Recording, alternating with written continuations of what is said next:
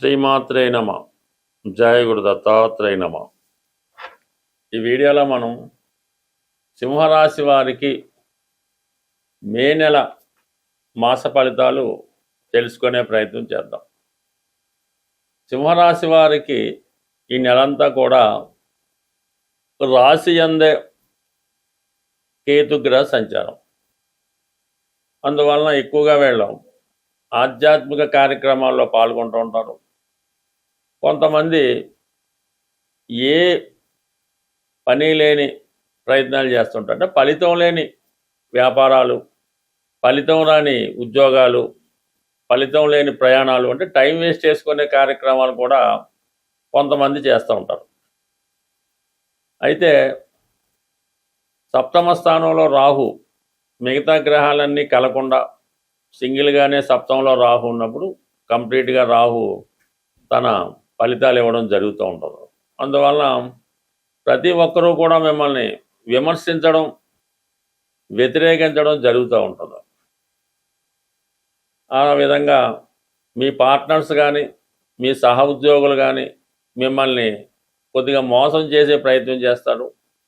అనవసరమైనటువంటి ఇన్వెస్ట్మెంట్లు, పెట్టుబడులు పెట్టే ప్రయత్నం కూడా జరుగుతూ ఉంటుంది.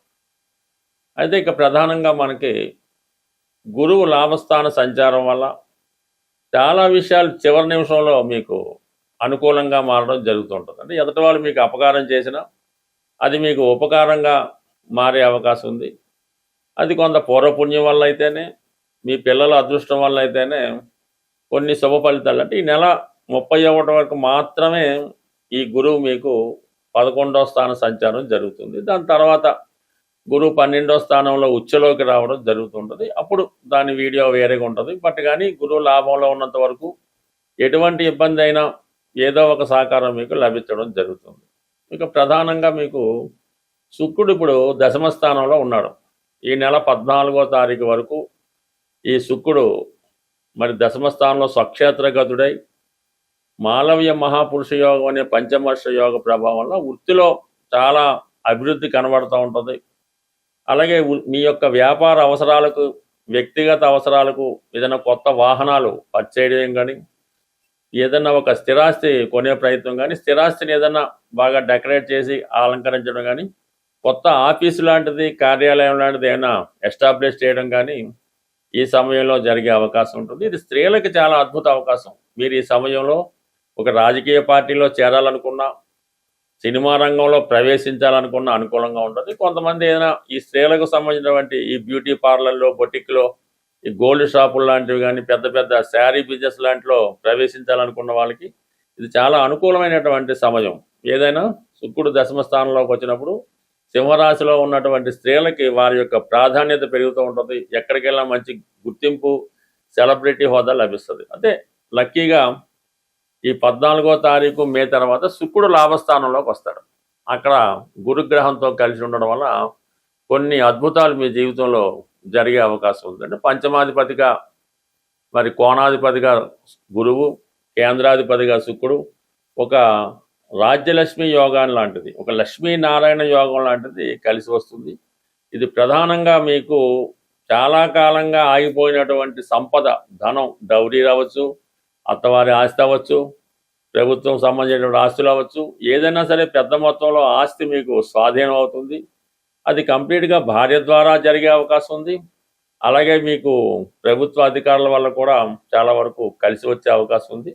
అలాగే మీ జీవితంలో గతంలో దూరమైనటువంటి వారు తిరిగి మళ్ళా జీవితంలో ప్రవేశించాలనే ప్రయత్నం కూడా జరుగుతుంటుంది. మొత్తం మీద ఒక స్త్రీ లాభం జరుగుతూ ఉంటుంది. అంటే బంధుత్వాలు మళ్ళీ కలుసుకుంటాయి. అంటే అక్క చెల్లెలు మళ్ళీ కలుసుకోవడం కానీ, దూరమైన అక్క చెల్లెలు మళ్ళీ మీ దగ్గర రావడం కానీ, తల్లిగారితో సఖ్యత ఏర్పడడం కానీ, ఇవన్నీ కూడా సింహరాశి వారికి ఈ నెల 14 తర్వాత జరిగే అవకాశం ఉంది. దాని తర్వాత రవి, ప్రస్తుతం రాష్ట్రాధిపతి రవి భాగ్యస్థానంలో ఉచ్చలో ఉన్నాడు.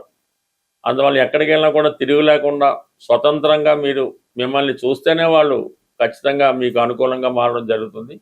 మీ యొక్క ప్రాధాన్యత పెరుగుతుంది, లీడర్షిప్ క్వాలిటీస్ పెరుగుతాయి. ఇది రాజకీయ రంగంలో ఉన్న వాళ్ళకి ఏదో ఒక పదవి తప్పకుండా వచ్చే అవకాశం ఉంది. దాని తర్వాత కూడా 14 మే తర్వాత 15వ తారీఖు నుంచి రవి దశమస్థాన సంచారం జరుగుతుంది.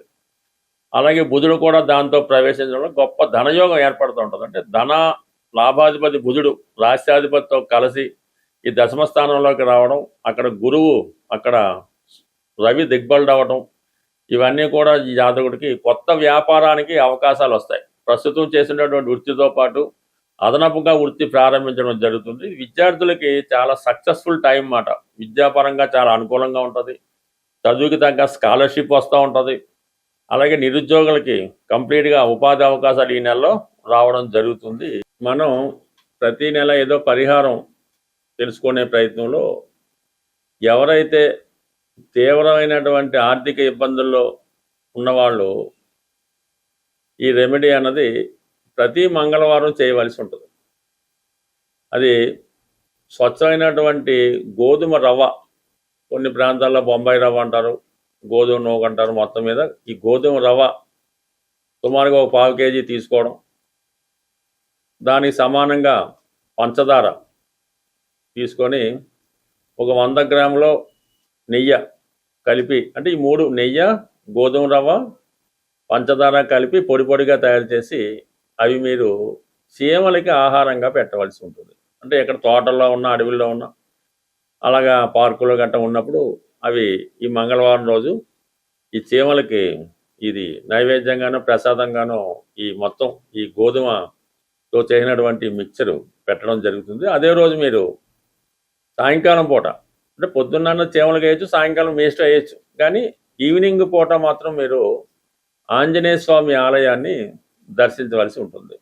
దర్శించి స్వామివారికి 6 సంఖ్య కలిగినగా 6 లడ్లు ఇవ్వచ్చు, 6 గులాబీ పువ్వులు ఇవ్వచ్చు, లేదంటే డ్రై ఫ్రూట్స్ లాంటివి ఏమైనా ఈ ఎండు ఖర్జూరం లాంటిది ఇవ్వచ్చు.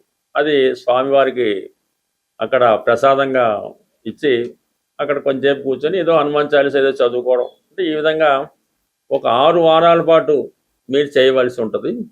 అయితే ప్రతి వారం కూడా మీ ఇంప్రూవ్మెంట్ అన్నది కనబడుతుంటుంది. అంటే మనం ఏ రెమెడీ అయినా సరే మొక్కుబడిగా చేస్తే మాత్రం జరగదు. రెమెడీ కూడా ఎవరికి వాళ్ళే చేసుకోవాలి తప్ప మీ తరపున ఏదో డబ్బులు ఇచ్చి చేపించేయడం వల్ల కూడా ఏ విధమైన ఉపయోగం అయితే ఉండదు. అందువల్ల ఏంటంటే మీరు శ్రద్ధతో, నమ్మకంతో ఈ పరిహారం చేయడం వల్ల కంప్లీట్గా మీ యొక్క ఆర్థిక సమస్యలు ఒక 6 వారాల్లో తీరిపోవడం జరుగుతూ ఉంటుంది. ఇదే విధంగా తీవ్రమైన అనారోగ్య సమస్యలతో ఇబ్బంది పడుతూ ఉంటారు. ఎక్కువగా బ్యాక్ పెయిన్, నడుము నొప్పి, భుజాల నొప్పులు, ఇటువంటి మోకాళ్ళ నొప్పులు ఉన్నవాళ్ళు ఆదివారం రోజు, ఎస్పెషల్లీ ఆదివారం రోజు మరి పాయసం నైవేద్యంగా, అంటే పాయసం తయారు చేయవలసి ఉంటుంది. గోధుమ పాయసం కానీ బియ్యం పాయసం అయినా పర్లేదు. ఆదివారం రోజు తూర్పు దిక్కున ఉన్నటువంటి సూర్య భగవానుడికి నైవేద్యంగా పెట్టి అది మీ కుటుంబ సభ్యులే తీసుకోవడం జరగాలి. అంటే కేవలం 3 వారాలు మాత్రం ఈ సూర్య భగవానుడికి పాయసం నైవేద్యం పెట్టడం వల్ల ఓపిక ఉంటే ఆదిత్య ఉదయం వినడం. అయితే ఆదివారం కంప్లీట్గా మీరు నియమంగా ఉండాలి. ఎన్వి అది మానేయడం, అలవాట్లు ఏమన్నా ఉంటే పక్కన పెట్టడం. ఈవెన్ పాన్ కిల్లి నవలేవారు కూడా ఆ రోజు కిల్లి నవలడం అన్నది మానేసి కొద్దిగా పవిత్రంగా జాగ్రత్తగా ఉండడం వల్ల ఇది అనారోగ్యపరంగా ఉన్నటువంటి మీ సమస్యలకు శాశ్వత పరిష్కారం అన్నది రావడం జరుగుతూ ఉంటుంది. అలాగే ఇప్పుడు ఈ ఇంకా మీకు బెటర్గా కావాలంటే ఇప్పుడు ఈ ఆదివారం రోజు కానీ ఈ ఇందాక చెప్పిన మంగళవారం రోజు కానీ గోశాల దర్శించి, అంటే గోశాలలో మీరు కొంత సేవ చేయవలసి ఉంటుందన్నమాట. అది అక్కడ ఉన్నటువంటి శుభ్రం చేయడం, శుభ్రంగా ఆవుకి స్నానం చేయించడం, కాళ్ళకి అది అంటే గోసేవ చేయవలసి ఉంటుంది. గోవికి నచ్చే విధంగా మీరు ప్రవర్తించడం వల్ల, గోవికి కొంత ఆహారం తినిపించడం వల్ల కనీసం ఒక 40 నిమిషాలు, గంటన్నా ఆ గోశాలలో మీరు కాలం గడపడం వల్ల మీలో ఉన్నటువంటి నెగిటివ్ ఎనర్జీ లాంటిది, దుష్ట శక్తులు ఏమైనా ఉంటే అవి కంప్లీట్గా వెళ్ళిపోయి మీకు ఒక మంచి స్వచ్ఛంగా రావడం జరుగుతుంటుంది. మంచి గాలి పీల్చడం వల్ల మీకు మరి అది స్వచ్ఛతగా ఉంటుంది. అప్పుడు మీకు భగవంతుడి యొక్క అనుగ్రహం తొందరగా లభిస్తూ ఉంటుంది అన్నమాట. ఇది అంటే మిమ్మల్ని మీరు శుద్ధి చేసుకోవడం వల్ల భగవంతుడి యొక్క అనుగ్రహానికి తొందరగా రావడం, శుభగ్రహాలు మీకు అనుకూలంగా పనిచేయడం, దుష్టగ్రహాలు మీకు వ్యతిరేకంగా దూరంగా వెళ్ళడం, ఇవన్నీ జరిగే సూచనలు ఉంటాయి. కాబట్టి కంప్లీట్గా నమ్మకంతో ఈ రెమెడీ, ఇవన్నీ కూడా సూర్యుడికి సంబంధించినవే, కానీ సూర్యుడే ధనాన్ని ఇవ్వగలడు. సూర్యుడు మాత్రమే ధనం ఇవ్వగలడు. అందువల్ల ఏంటంటే మీరు ఈ విధంగా చిన్నపాటి రెమెడీ నమ్మకంతో చేసుకుంటే కంప్లీట్గా మీ యొక్క సమస్యలకి పరిష్కారం దొరుకుతుంది. స్వస్తి.